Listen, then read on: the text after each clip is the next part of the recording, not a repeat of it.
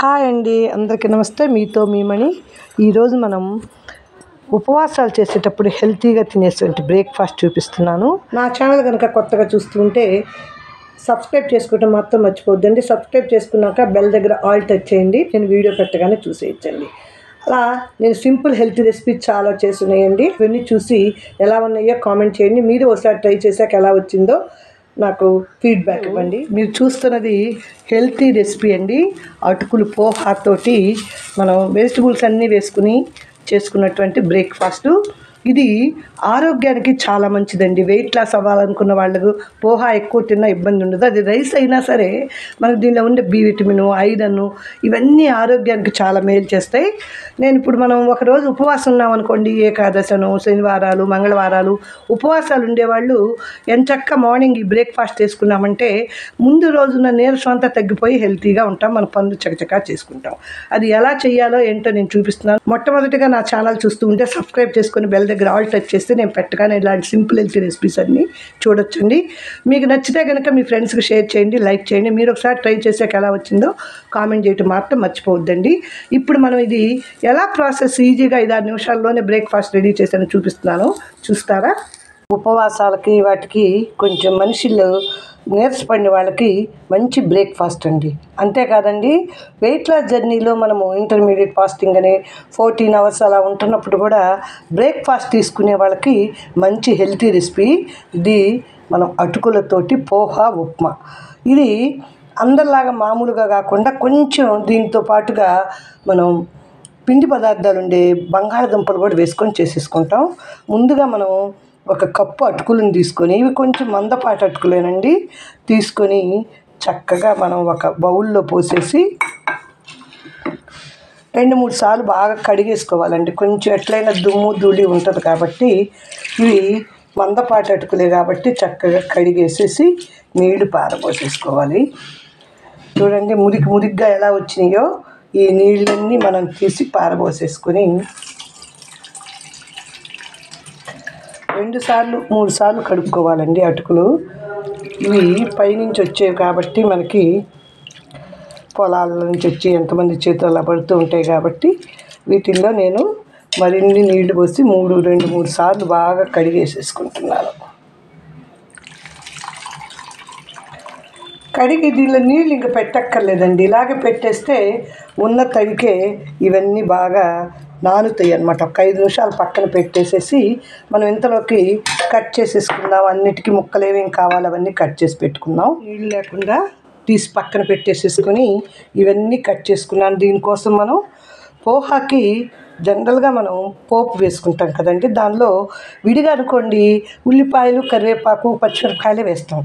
కానీ ఇప్పుడు మనం హెల్తీ బ్రేక్ఫాస్ట్ కాబట్టి దీనికోసమని ఒక 2-3 పచ్చిమిరపకాయలు కట్ చేసుకున్నాను, ఒక పెద్ద ఉల్లిపాయ కట్ చేసుకున్నాను, సన్న అల్లం ముక్కలు, ఒక పెద్ద టొమాటో, కరివేపాకు, బంగాళాదుంపలు, కొత్తిమీర ఇవన్నీ రెడీ చేసి పక్కన పెట్టేసేసుకొని పోపు వేసేసుకుందాం. నూనె కొంచెం ఎక్కువ వేసుకోవాలని వాళ్ళు వేసుకోండి. నేను మాత్రం 2 టేబుల్ స్పూన్లు మాత్రమే వేస్తున్నాను. 2 టేబుల్ స్పూన్లు వేస్తేనే నాకు సరిపోతుందనేసి నేను తగ్గించి వేసుకుంటున్నానండి. కొంచెం ఎక్కువ తినాలనుకునే వాళ్ళు ఆయిల్ ఎక్కువ వేసేసుకోవచ్చు.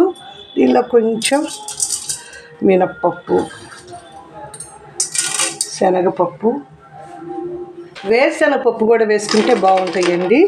అది మన ఇష్టాన్ని బట్టి. వేరుశనగపప్పు వద్దు అనుకుంటే జీడిపప్పు వేసుకున్నా బాగానే ఉంటుంది అన్నమాట. జీలకర్ర మాత్రం కొంచెం ఎక్కువ వేసేసుకుంటాను, 1/2 స్పూను. ఆవాలు ఇవి బాగా చిటపటలాడేదాకా వేయించేసుకుంటాం. ఇవన్నీ బాగా చిటపట వేగిన తర్వాత ఉల్లిపాయలు వేసేసుకుందాం, అలాగే పచ్చిమిరపకాయలు కూడా.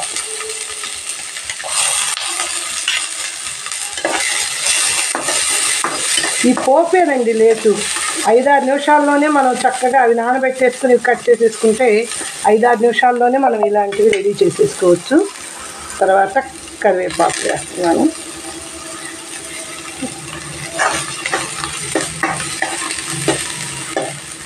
కొంచెం ఇవి ఎర్రగా వచ్చిందాకా వేగించాలన్నమాట.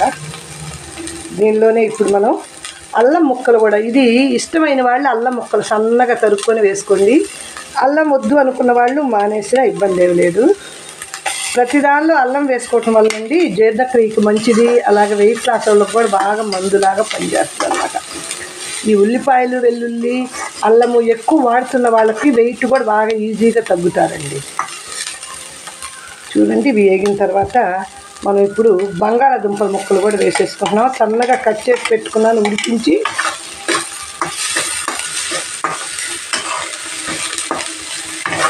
ఇవి ఆల్రెడీ ఉడికిందే కాబట్టి మనకి ఇంకా ఎక్కువ వేగక్కర్లేదండి. ఇంకా టొమాటోలు కూడా వేసేస్తున్నాను.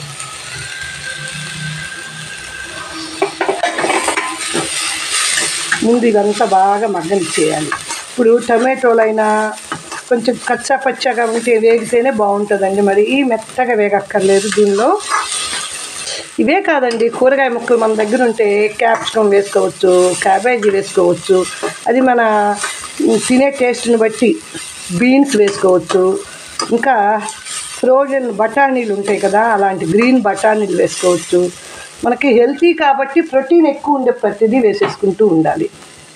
ఇప్పుడు ఇవన్నీ వేగిపోయినాయండి. మనకి చూడండి 5 నిమిషాలు ఇవి నానబెట్టుకోగానే పొడిగా వచ్చేసినాయి. ఈ పొడిగా ఉంటేనే బాగుంటుంది. ఒకవేళ కొంచెం మెత్తగా ఉండాలి అనుకుంటే ఇంకొంచెం నీళ్ళలో పెట్టేసుకోండి. ఇప్పుడు నేను ఇది పోసేస్తున్నాను. ఇదంతా పోపులో కలిసేటట్టు 1 నిమిషం కలిపేసుకుందాం. దీంతో పాటు కొంచెం పసుపు, సరిపడా ఉప్పు కూడా వేసుకున్నామంటే ఒకేసారి మొత్తం కలిపేసుకోవచ్చు. ఉప్పు అనేది కూడా మన టేస్ట్ని బట్టి వేసుకోండి. ఎంత తక్కువ తింటే అంత మంచిది కాబట్టి ఈ కాలాన్ని బట్టి తగ్గించే వేసుకోవడానికి ట్రై చేయండి ఫ్రెండ్స్.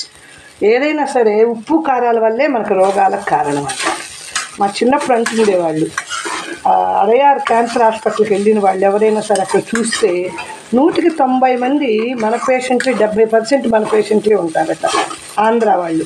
కారణం ఉప్పు కారాలు ఎక్కువ తినడం. ఉప్పు పడితే ఎక్కువ కారం పడాలి, కారం ఎక్కువ పడితే ఉప్పు పడాలి. వీటితోడు పులుసులతో చేస్తామంటే 3.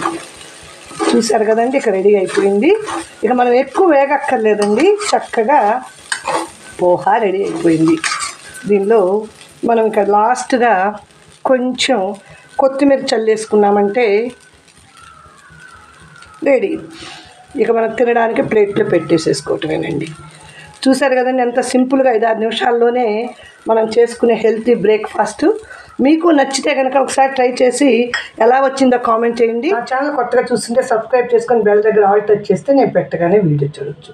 ఉంటానండి, మళ్ళీ మంచి వీడియోతో కలుస్తాను. Bye friends. Thanks for watching అండి.